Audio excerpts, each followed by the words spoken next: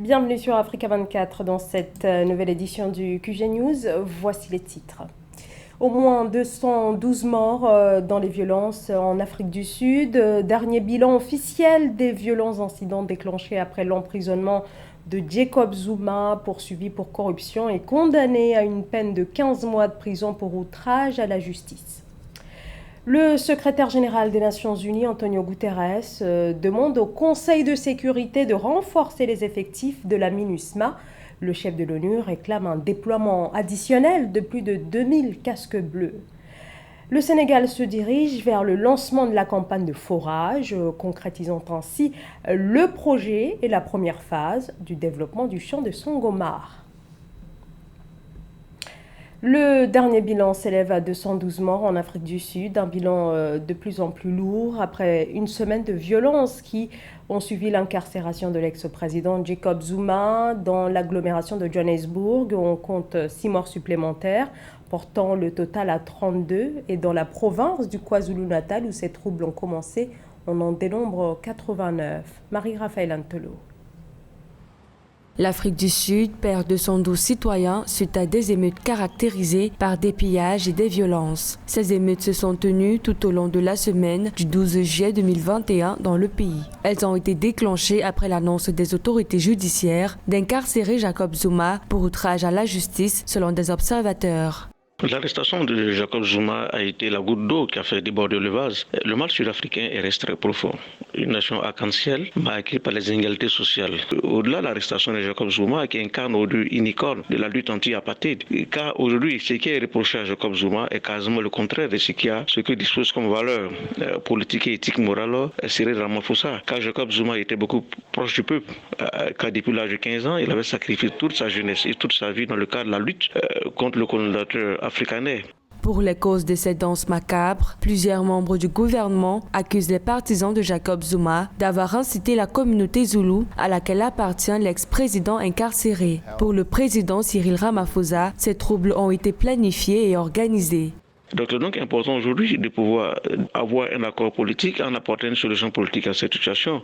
Déjà, la Cour constitutionnelle sud-africaine doit pouvoir se prononcer sur l'incarcération ou notamment l'opportunité d'accorder une liberté provisoire à Jacob Zuma. Donc important aujourd'hui que l'homme politique qui incarne Cyril Ramaphosa, s'il veut incarner la cohésion de la nation arc-en-ciel, de pouvoir véritablement s'interférer dans le domaine judiciaire, ce qui reste contre l'éthique politique, mais c'est une urgence d'ordre social et même économique.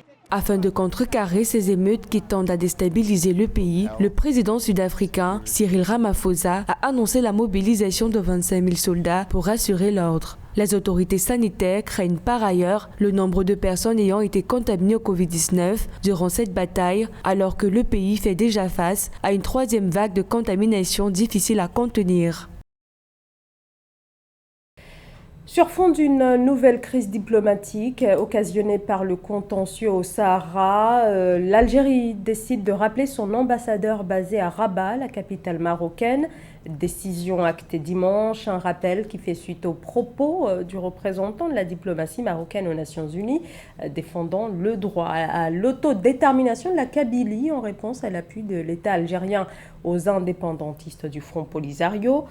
C'est la première fois qu'un diplomate marocain exprime publiquement son soutien au séparatisme kabyle. Le ministère algérien des Affaires étrangères dénonce des propos inadmissibles.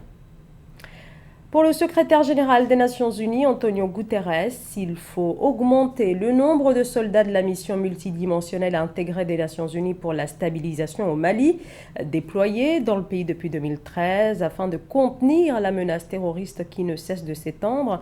Le secrétaire général voudrait un renforcement qui pourrait s'opérer avec la mobilisation de 2000 casques bleus supplémentaires qui viendraient s'ajouter aux plus de 13 000 militaires de l'ONU déjà présents sur le territoire malien. Aïssatou Bari. La mission de maintien de la paix au Mali pourrait voir son effectif augmenter de 2069 casques bleus. Cette recommandation a été formulée par le secrétaire général de l'ONU, Antonio Guterres, dans un rapport remis au Conseil de sécurité le 15 juillet 2021. Une demande qui intervient alors que la France a annoncé la fin de l'opération Barkhane sur le territoire malien. La proposition du chef de la MINUSMA consistant à augmenter les troupes de 2000 casques bleus n'est absolument pas le fruit du hasard. J'estime effectivement qu'il prend acte et tire les conséquences vraiment de la décision du président français de changer la stratégie de la France au Sahel et surtout avec la réduction des effectifs de Barkhane, qu'il est en train d'anticiper d'une certaine manière pour éviter effectivement un vide et puis pour éviter également que la dégradation de la situation sécuritaire n'empire au Mali. Dans les détails, le chef de l'ONU réclame un déploiement additionnel incluant 1730 militaires et 339 policiers. Le renforcement de la MINUSMA devrait inclure une dizaine d'hélicoptères.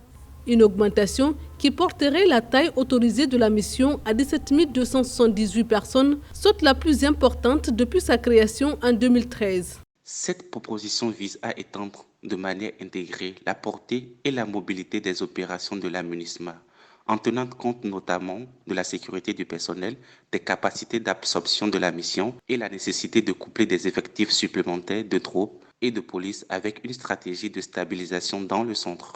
Mais la proposition intervient alors que les forces maliennes se retirent de plus en plus des endroits où les attaques s'intensifient et où elle a subi de lourdes pertes. Le 25 juin, 6 soldats maliens ont perdu la vie et 15 casques bleus ont été blessés à Gao dans une attaque à la voiture piégée.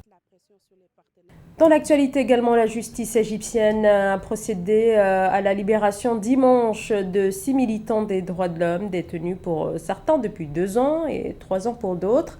Parmi les personnes à présent libres figure l'activiste Isra Abdel Fattah, l'une des fondatrices du mouvement de contestation du 6 avril, mouvement qui avait déclenché en 2011 le soulèvement contre l'ancien président Hosni Moubarak. Démarrage prochain de la campagne de forage, début de la première phase du développement du champ Sangomar situé au large des côtes sénégalaises, une étape majeure dans la mise en œuvre de ce projet capital pour le développement de l'industrie pétrolière au Sénégal. Philomène Tine. La compagnie pétrolière Woodside et la Société des pétroles du Sénégal, Petrosen, ambitionnent de produire le premier baril de pétrole sénégalais en 2023. Les deux partenaires comptent entamer ce mois de juillet la première phase de la campagne de forage sur le champ de Sangomar. 23 puits sous-marins seront développés, de même qu'un réseau d'infrastructures sous-marines du champ situé au large des côtes sénégalaises. Le pétrole de Sangomar se trouve à peu près à 3000 mètres du niveau de la mer. Cette phase de forage de 23 puits pétroliers, qui est une étape décisive pour s'acheminer vers le premier baril. Elle préfigure un peu la phase d'exploitation à proprement parler. Évidemment, c'est une phase qui est importante et elle augure effectivement d'un regain d'activité dans les mois à venir. Les réserves de pétrole des deux gisements offshore et offshore profond sont estimées à 2,5 milliards de barils. Le Sénégal espère sortir entre 100 000 et 120 000 barils par jour des gisements de Sangomar offshore profond et Sangomar offshore. Le projet de Sangomar est capital pour le pays. Il fait partie des 4 sites de pétrole découverts pouvant lui permettre d'intégrer l'OPEP, Organisation des pays exportateurs de pétrole. Pour un premier baril en 2023, jusqu'à preuve du contraire, c'est ce que prévoit le planning des sociétés qui opèrent sur Sangomar. Maintenant, il faut dire que nous traversons une période assez particulière. Et donc, comme c'est une industrie qui est tout à fait nouvelle à nos yeux, il s'agirait effectivement pour le privé national de bien se préparer. En quoi faisant? Ce qu'il était vraiment souhaitable de faire, c'est d'aller voir dans les pays où l'activité pétrolière et gazière est en plein développement, de rencontrer le privé de ces pays engagés dans cette activité. La première phase du projet portera sur l'installation d'une unité autonome flottante de production, de stockage et de chargement. Une flotte de 3 navires de ravitaillement et de 3 hélicoptères supportera les navires de forage en assurant le transport des matériaux, équipements et personnels nécessaires à la campagne. Le Gabon met en place une redevance passager directement collectée à la source. La mesure, restée un moment en gestation, entrera officiellement en vigueur le 27 juillet. Sont concernés par cette taxe dénommée redevance passager les voyages non seulement domestiques, mais aussi ceux à l'international. Marie-Raphaël Antolo. Au Gabon, les compagnies aériennes et les sociétés émettrices de billets d'avion devront dorénavant s'acquitter d'une nouvelle taxe dénommée redevance passager. Cette nouvelle forme de taxe est collectée lors de la vente des billets d'avion auprès des passagers des vols commerciaux à destination ou en partance du Gabon. Pour cette année, le Gabon envisage maintenant aménager l'aéroport Léomba de Libreville. Et pour cela, le gouvernement a regardé à gauche, à droite, n'a pas trouvé de financement, a estimé donc que c'est le consommateur final qui devait le faire. Et la démarche qui consiste à instituer donc une redevance passager est proche de ce qu'on a vu en Afrique centrale, mais ça ne s'applique pas de la même façon.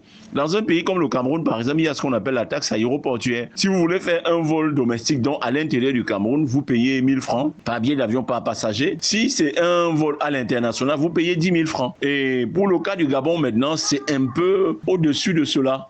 Selon ce communiqué, le gouvernement gabonais a décidé d'appliquer la redevance passager pour contribuer au financement du projet d'aménagement de l'aéroport international Léomba de Libreville et ses environs. D'après les lignes instructives de la nouvelle taxe, pour les vols d'une durée excédant de 2 heures, les redevances sont fixées à 32 798 francs CFA par passager en classe économique, 39 357 francs CFA en classe d'affaires et 65 596 francs CFA en première classe. Quant au vol de moins de 2 heures, les redevances sont fixées à 26 239 francs CFA par passager en classe économique, 32 798 francs CFA en classe d'affaires et 42 638 francs CFA en première classe. C'est une démarche pour le Gabon de chercher des financements pour pouvoir aménager et étendre l'embarcadère, l'aérogare, la plateforme de transport des passagers, Léomba, l'aéroport Léomba de Libreville.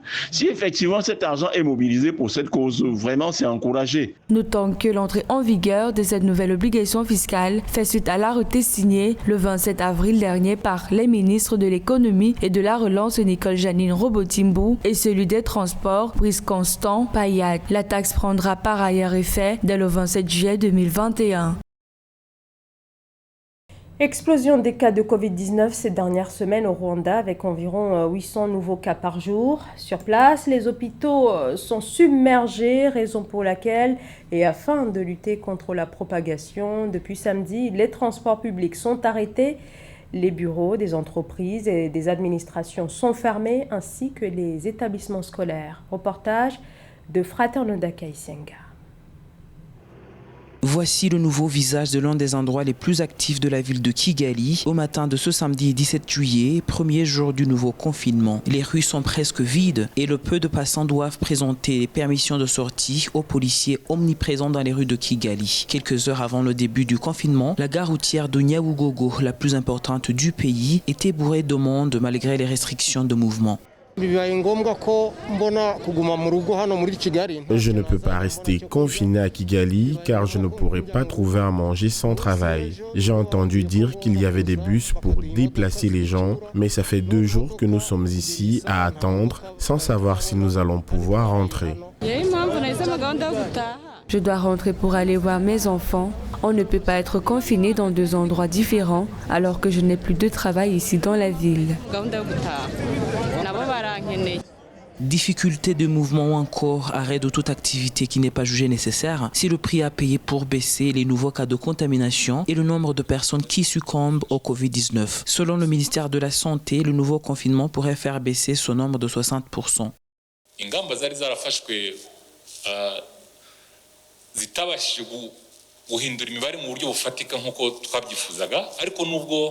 Depuis le mois de juin, nous avons enchaîné une série de mesures de lutte contre la propagation du virus, mais la situation allait de mal en pire. Le nombre de nouveaux cas et de décès a augmenté d'une façon drastique et nous ne pouvions pas rester les bras croisés, d'autant plus que nous avions appris la présence de plusieurs mutations du virus comme le variant indien Delta.